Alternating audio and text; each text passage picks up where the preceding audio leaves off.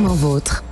Historiquement vôtre, c'est aussi la bonne bouffe, la découverte des produits qui font notre quotidien, des plats, les acras par exemple. Rien à voir avec Top Gun. Alors non, on est très loin. Non, on est très loin. Mais pourtant, franchement, les acras, moi j'aime ça. Je sais qu'il va falloir que je vous convainque, mais je vais essayer. Alors le mot acra, tout d'abord, son origine est africaine.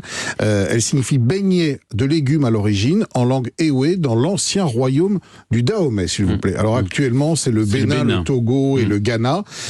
Mais c'est évidemment les Antilles qui ont probablement donné leur lettre de noblesse aux acras, même si on les retrouve dans de nombreuses cuisines, comme la cuisine portugaise. Comment les appelle-t-on là-bas? Pastéis bacalhau.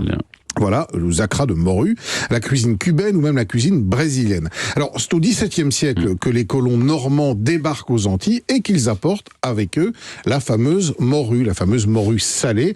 On rappelle que c'est du cabillaud, tout simplement, qui a été séché et salé, et ça permet de le conserver très longtemps avant de le dessaler. Et donc, cette morue arrive dans nos Antilles, et elle sert d'ailleurs à un moment à payer les esclaves. Ils sont payés en morue, ils travaillent comme des chiens. Donc les esclaves étaient payés en morue. Vous tordez le cou. Alors il la préparait souvent avec de la banane et du riz, mais pas encore vraiment comme on les connaît aujourd'hui. Alors il y a une petite légende amusante qui attribue la création de ces acras au siècle dernier à une cuisinière normande justement qui vivait en Guadeloupe et qui se désolait de ne pas trouver de pommes sur ces îles pour y faire ses bons beignets de pommes tels qu'elle les faisait en Normandie. Alors là, il y a quand même une petite gesticulation que j'ai eu du mal à comprendre, parce qu'une cuisinière locale lui dit t'as qu'à remplacer la pomme par de la morue. Bon, c'est quand même pas tout à fait pareil, mais bon, je veux bien l'accepter. T'as qu'à remplacer la chantilly par des sardines. C'est ça. Bon, admettons. Et là-dessus, une troisième cuisinière indienne lui dit mais ça va être tout fade ton bazar, prends donc ces épices. Et donc elle aurait donné tout ça. Voilà, tout ça aurait donné les acras de morue. Bon, je suis pas tout à fait certain de la véracité de cette légende, mais en tout cas elle est pas mal. Et il y a une deuxième légende, en revanche, que j'aime beaucoup autour des acras de morue, c'est l'histoire de Tijan la Fortune. Alors Tijan la Fortune, comment a-t-il fait pour devenir très riche en partant d'un seul, je crois que c'est d'un acra de morue. Et bien en fait, il est né dans une famille extrêmement pauvre et sa mère meurt, souvent dans les histoires tristes comme ça. Et il n'hérite Tijan que, son frère et lui, ils héritent chacun d'un acra. Il n'y a pas grand-chose d'autre, il y a chacun un acra. Alors il y a le frère de Tijan, qu'est-ce qu'il fait? Il mange l'acra, terminé. Alors que Tijan, il part sur les routes avec son acra en poche et il s'arrête un soir.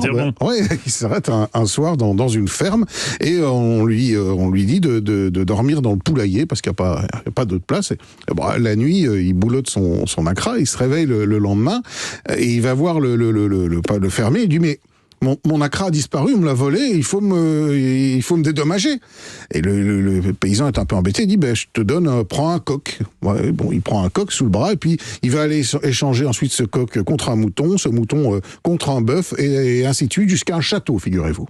Oh. Voilà. En partant on dirait l'histoire de Jean-Marie Bigard, mais sans cul. Il n'y a pas un moment où ça oui, alors le gars, non, il n'y a rien de spécial. Voilà, ça c'est l'histoire de Tijan la Fortune et de son acra de morue. Alors je vous donne quand même une recette assez facile pour les faire, parce que même si vous n'aimez pas officiellement ça, je suis sûr que mais je suis sûr que préparé par vous, j'adore. Voilà, 400 grammes de morue salée, que vous allez donc dessaler, on le répète. Autant acheter directement du cabillaud. Là, vous pouvez aussi... Oui, vous pouvez aussi, évidemment. La logique made in Voilà, Berne. mais sinon, vous la dessalez 24 heures en changeant l'eau régulièrement pour pas que ce soit trop salé.